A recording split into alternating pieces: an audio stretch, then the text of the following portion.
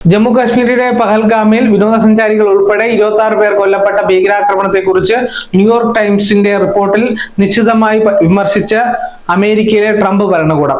ഭീകരർ എന്നതിന് പകരം വിഘടനവാദികൾ, തോക്കുധാരികൾ തുടങ്ങിയ പദങ്ങൾ ഉപയോഗിച്ച് പ്രസിദ്ധീകരിച്ച വാർത്ത ഭീകരാക്രമണത്തിന്റെ ഗൗരവം കുറച്ചു കാണിക്കുന്നുവെന്ന് US ഹൗസ് വിദേശകാര്യ കമ്മിറ്റി കുറ്റപ്പെടുത്തി.